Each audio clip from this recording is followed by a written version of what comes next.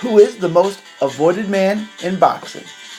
Please like and subscribe. Help us hit 10,000 subscribers. Share on all forms of social media. Please leave us a comment below. Welcome, welcome, welcome. Welcome to another episode of Sunday Morning Champion.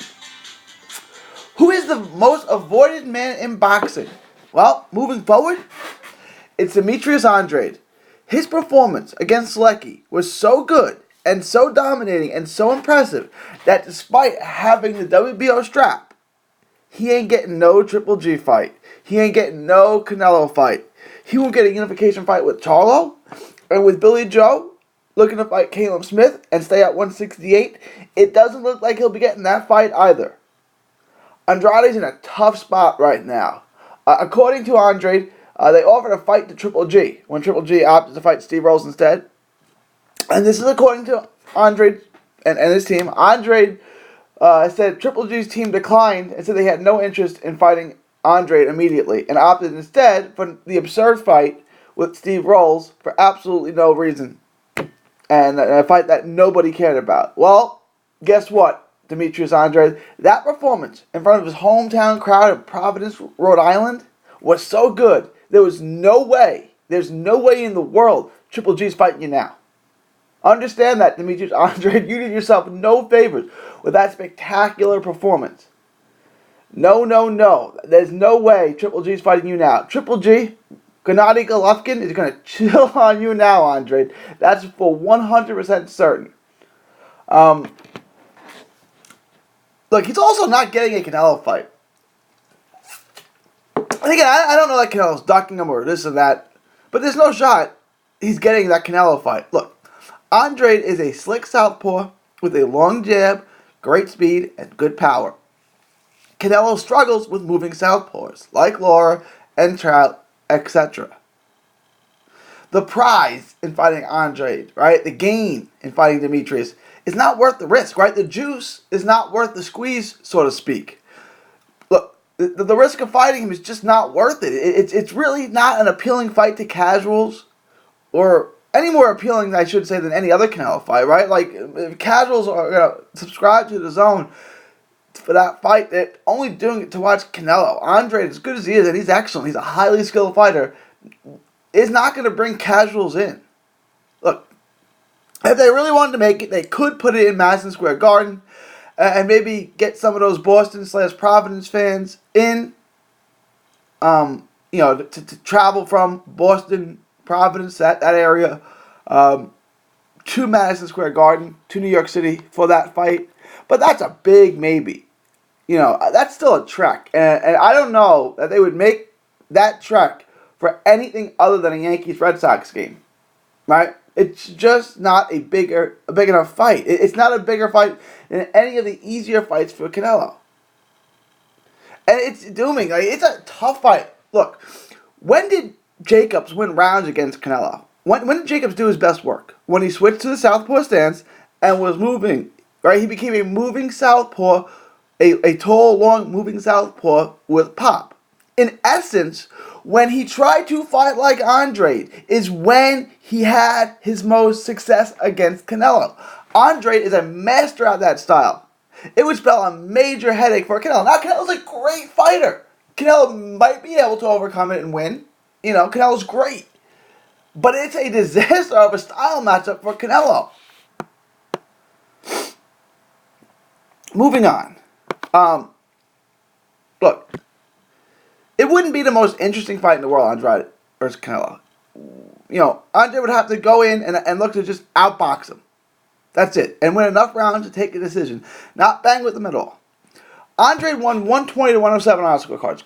Clean sweep with a clean sweep against a top 10-ish middleweight in Selecki, who was absolutely no competition at all for Andrade. None at all. It was a masterful performance. He took chances early. He took risks to try to get the knockout early. He really wanted to get that knockout in the Dunkin' Donuts Center for his hometown fans in Providence. He didn't get it. Although he hurt Selecki many times and dropped him. But, you saw the second half, he switched back into his safety-first technician style and outclassed his man. He outclassed Selecki round after round after round till the final bell, and then put on a weird little dance show the final 20 seconds or so of the fight, which was interesting. The way he fought in the second half of that fight is how he'd have to fight Canelo or Triple G. Box and move, use your speed, use your range, in and out, and try to win 7 of the 12 rounds that way, right? Just enough to take the decision. And I think he can do it. I think he'll win more rounds than he loses. What the judges do with it, because we've both seen Canelo and Triple G get favorable decisions. What the judges do with it is what the judges do with it. But I think in the eyes of the fan, the eyes of the common sense person, Andrade can win rounds. Right? Like most people think Lara beat Canelo, judges didn't agree. 2 of the 3 judges didn't agree. And that's what Andrade would be up against both those guys. But, I think he can go in there and outbox him 7 rounds. 7 rounds to 5, 8 rounds to 4. And get the decision.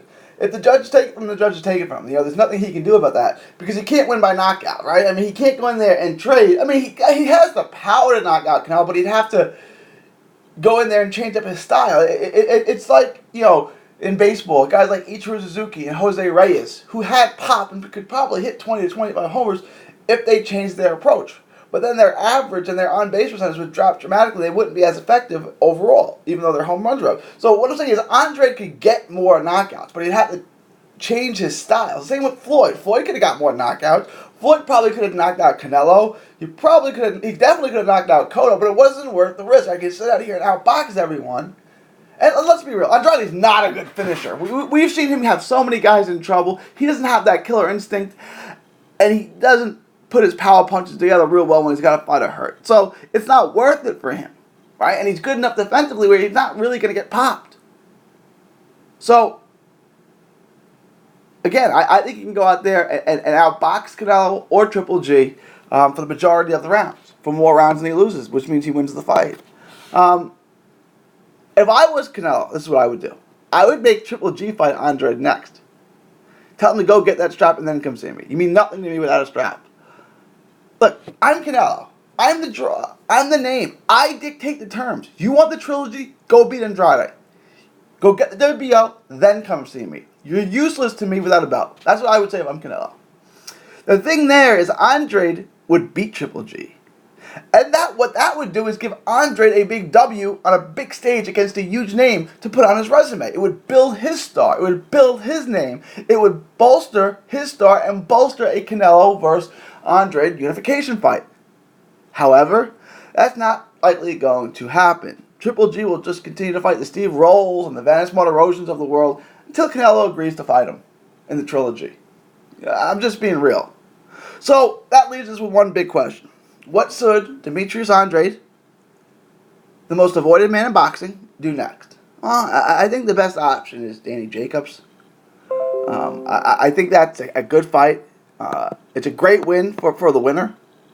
And then the winner would move on one step closer to that Canelo fight. If Andrade wins, then obviously it's a quality win, a really quality win, a big name.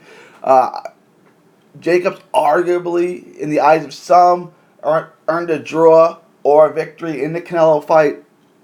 We scored it even 6 rounds to 6. So if Andrade beat him, well, that pushes him to the top of Canelo's list.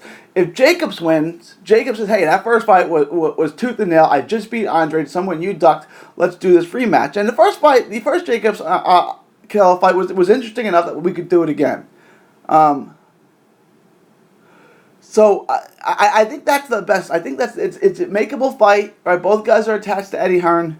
Let's make that. The winner is on a short list and for that lucrative Canelo fight, and that fight would be interesting. I think Andrade. I think Andrade would win, but if Jacobs wins, then Jacobs deserves a Canelo rematch. The first fight was very close. He came in and beat a champion, got a belt. Let's do it again. Let's run it back. I don't think that's going to happen, though. I think Andrade, who has the best accent in the sport of boxing, he does. I can listen to that guy talk. His accent is hysterical.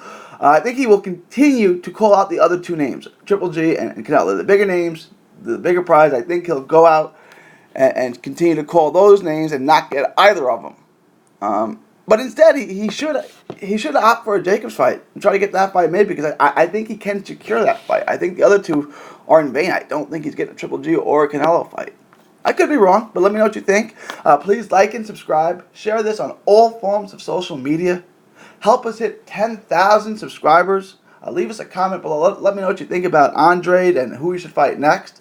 For another episode of Sunday Morning Champion, from Texas to the world, this is 3D Boxing saying thank you and God bless.